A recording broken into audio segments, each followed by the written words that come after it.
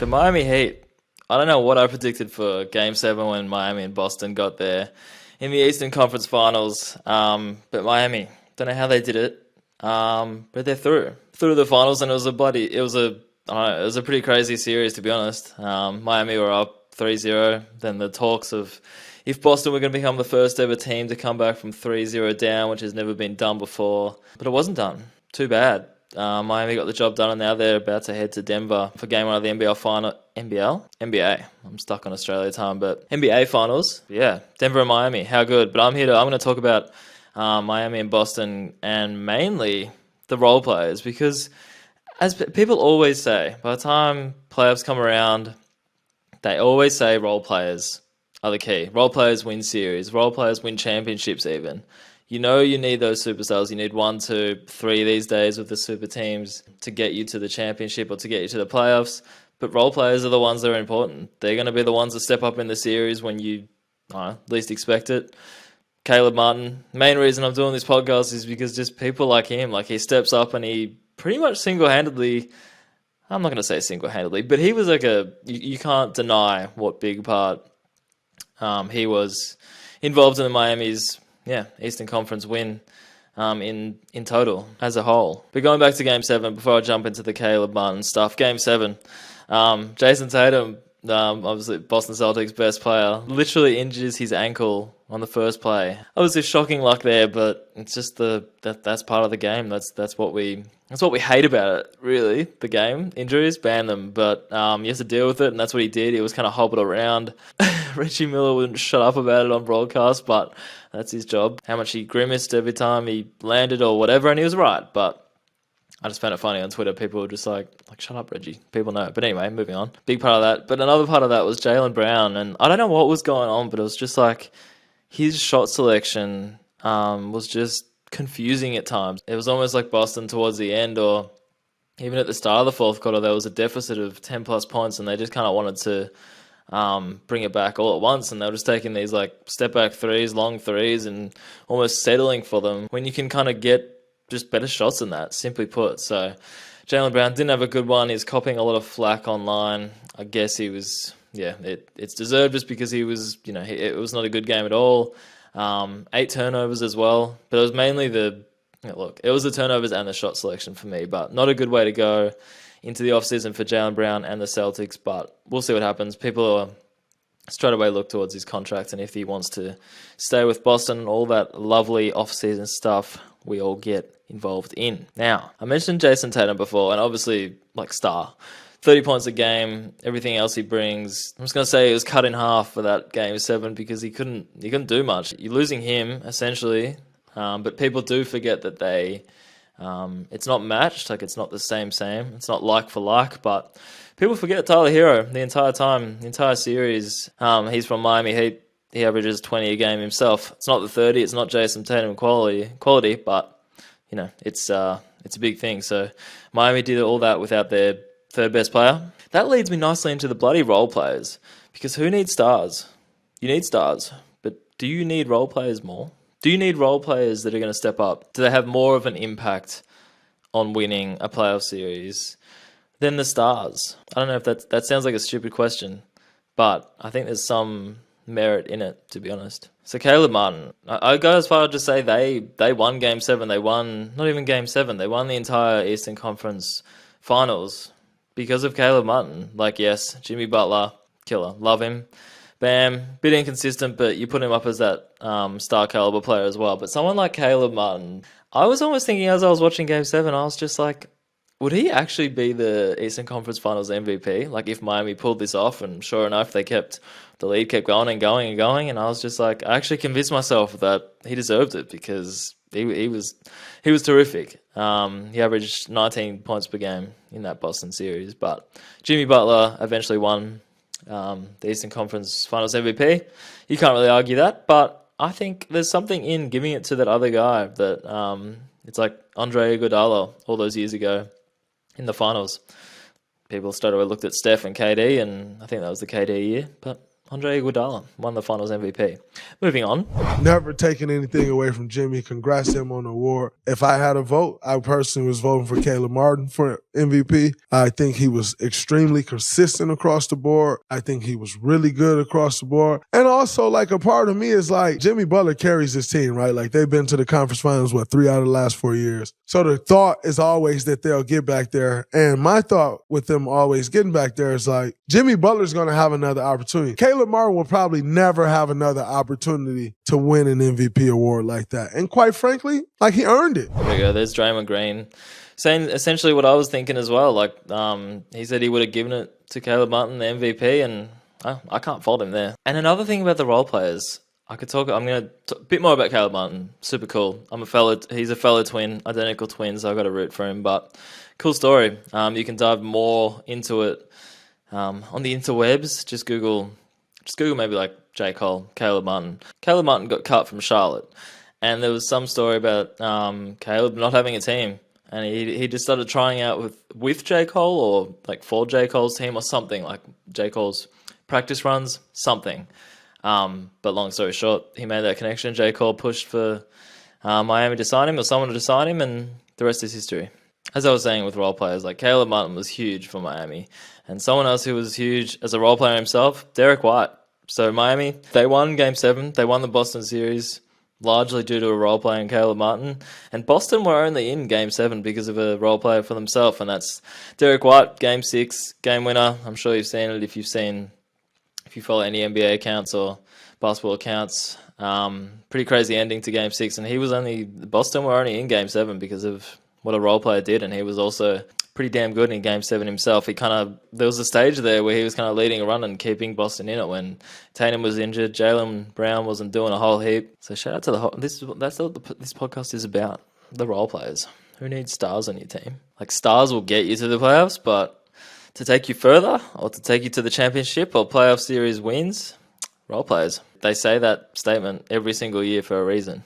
Anyway, we're swinging back around to Caleb Martin again. Here's Jimmy and Bam, what they said post-game or during the series, just on their teammate. No, that might have surprised y'all to the untrained eye. He just looks like he's an undrafted guy who's been in the G League, who's started in, Charlotte, and now he's here, started on a 2-way contract. To y'all, that's what it looks like. To us, he's a hell of a player, a hell of a defender, playmaker, shot maker, all of the above. Everybody's seen Caleb work on those shots day in and day out. So it doesn't surprise us. We've seen it every single day. And I'm so proud and happy for him. And he's going to be even better in this next round. And I don't think it's going to be a surprise to anybody else any longer. Like I said, man, a lot of people don't see the work that Caleb put in. I mean, y'all see it now because he's playing out of his mind. But after that Game 7 loss, I feel like he made it a necessary effort to really come back and be like, I'm going to be a reason why we win a series or be a reason why we win big games. And he showed that throughout this whole series, and I'm truly proud of him. So I mentioned it before, but Caleb Martin averaged 9.6 points per game during the regular season. And he jumped that up by 10 points in the Boston series, averaging 19.3 points per game. Just let that sink in for a bit. Like, it's 7 games to put it in perspective. So obviously, make of it what you will. But it's still bloody impressive on the biggest stage to up your scoring average by 10 points, and he averaged 14 points per game in the playoffs as a whole from the 9 points in his regular season. So I just elevated his game a heap to help Miami, and who knows what he's going to do in the finals. Clearly his coach, loves him as a player and was loving him shine on the bright stage as well. If you're a real competitor and it's in your soul, and that's what Caleb is. He's a competitor. Every bit the competitor that, you talk about with Jimmy or Bam or, whatever. Caleb is a competitor. You get to the higher stakes, the further you get along, the more competitors are going to reveal themselves. You have to be wired a little bit differently. And Caleb is. He's pure. He competes on both ends, lays it all out there for everybody to see. It's not all about Caleb Martin. Miami have a ton of, in fact, it leads well into this stat. Miami have a ton of sort of like underrated guys, undrafted guys. That was the big stat that I loved. In the Boston series, they got an average of 56 points per game from undrafted players. So any undrafted players that are on their roster now, they combine for that total in the series on average, and it's pretty elite. Like, that's basically, what would you say, half or over half a team score, effectively. Eric over here, you've obviously been asked a lot about the undrafted story and having so many players along that's those kind of lines. played out. Well, Yeah. my But they're question. not even like that's so disrespectful to like Yeah. keep on talking about that way. I have not even bothered to look at the playoff experience, but he's got as much playoff experience as anybody in this postseason. Like that storyline is over. These guys have proven themselves as competitors and winning players. Maybe they feel a certain way about it, but they have the full trust of everybody in our locker room. So you think of like Max Strus, Gabe Vincent, Caleb Martin, as I said, Duncan Robinson. Gabe Vincent was another one, averaged nine a game in the regular season, bumped that up to 15.8. So call it 16 points per game in the Boston series. It's just these role players that are just like jumping and elevating the game when you might have expected it. You might have expected a small jump, but I guarantee no one expected Caleb Martin to be averaging 16 a game. My mistake, 19 a game in the Boston series. Super high level competition, man. You can't hide it, and you figure out if you're built for these type of environments or you're not whenever you get into them. And I just feel like I've just been continuously prepping and getting ready for these moments, and when these moments come, I'm ready for them. So I feel like I'm built for these type of moments, and I'm just going to continue to try to get better and feed off guys like Jimmy and Bam, and they lead the way, and we're just trying to follow. So this all leads me nicely into the finals series, as I mentioned earlier. But Denver versus Miami role players, I'm going to just discuss some who I think will obviously play a key and perhaps be the difference maker in that series. And I'll finish it off with my predictions. Predictions are always hard, but whatever, it is what it is. Denver got the likes of like Aaron Gordon, Kentavious Caldwell-Pope as the role players, and one of my favorite role players actually, Bruce Brown. He just does the little things, and I feel like he doesn't get as much love as maybe he should, especially in that Lakers series. He just comes up big, doing little things, knocking down shots when he needs to. Those little effort plays you don't really see.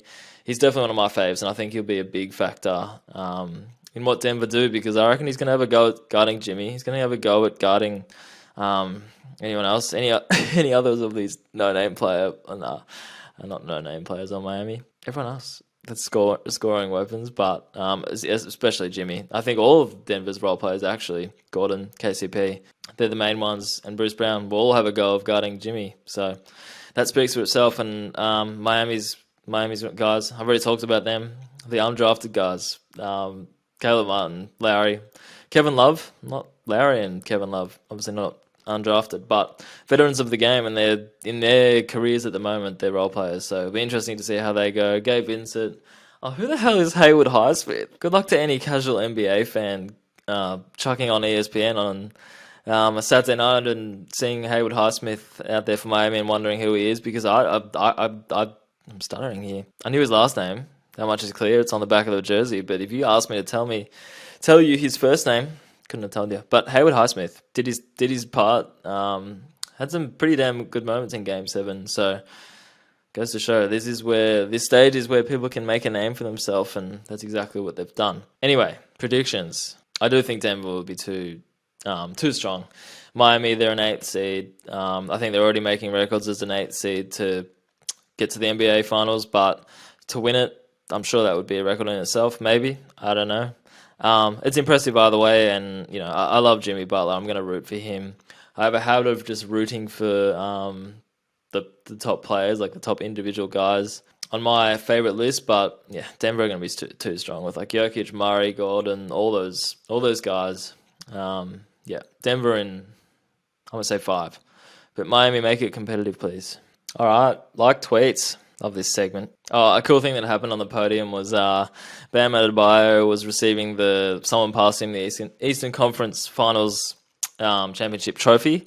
And they called this on broadcast, or someone else called this. He tried to hand the trophy to one Jimmy Butler, and Jimmy was basically just like, I don't want to hold that one. I'll hold the next one. And originally, my mind was like he meant, which in theory this doesn't make too much sense moving forward. But in theory, I thought he just meant the next Eastern Conference champions, and I was just like, cool, that's a good goal to have. Do it back to back, but my suspicions tell me he actually meant the championship trophy that's going to come next round in his mind. So cool little thing. Refuse that trophy just so he could hold the next one. Always love Jimmy for those things. Oh, Alan Williams, just engaged NBL fan. There was a tweet from some people out there that makes it sound like I was avoiding him. The Next Prospect is what their handle is. Anyway, there's a tweet from the Next Prospect Twitter account just sort of saying, hyping up the NBL and trying to grab some of these draft eligible guys that might be pulling out, might want to have one more year at college or somewhere else to prove themselves. He shouted out the NBL, and Alan Williams just quote tweeted it and said, gave the NBL some love, said if anyone has some questions about the league, let me know. It's my favourite place to play outside of the NBA. So, Alan Williams, big fan of Australia, and we love you back. Oh, another one, it's always about Jimmy Butler, but Coco Gauff, I hope I'm saying that right, but Coco, tennis player, I've actually heard her name, I'm not a big tennis fan, but I've heard her name. She says that Jimmy Butler actually DM'd her before the play-in. So that's the tournament before the playoffs. Those are the games before the playoffs, many, many weeks ago. DM'd her before the play-in, asking if she wanted to see Miami in the NBA Finals. Confidence. Miles Brown, good Twitter follow, funny Twitter follow. It's at m.brown. This goes back to the me jokingly saying that all the Miami guys are undrafted, or they're just like not big names, but he just wrote, congrats to Jimmy Butler and the 4 guys he met on the way to the game. Fast break breakfast. I just thought it was fast break basketball. Anyway, if I'm Cody Martin, I'm spending the whole summer in Miami just saying I'm Caleb. So as I mentioned before, Caleb Martin killing it in the playoffs in this series, in the past series especially, but he's an identical twin. Cody Martin's his brother, and he's just saying Cody should just walk around Miami saying he is his brother because he's hot property. Reggie Miller swears a player will never be able to play basketball again every time he sees someone get hurt on the court. Oh, No Ceilings. No Ceilings is some like a draft website, social media account. There's just a bunch of dedicated guys and girls who do like draft content, scouting, all that good stuff, and they do it in a really cool way. And I've been following along. They've messaged me a few times about NBL related, people or players coming to play down here, but I didn't realize they release like a draft guide every single year, and I forked out $10 US and bought their draft guide, and it's very cool. It's just a great insight into all things draft and an easy way to look at it and get to know the draft guys, which is something I enjoy. I reckon that's all I got for you. It's a wrap. I'm done. Hello to Jack if you're watching. We'll record an episode sometime soon, but it doesn't matter. We'll keep this train rolling, and thanks for tuning in.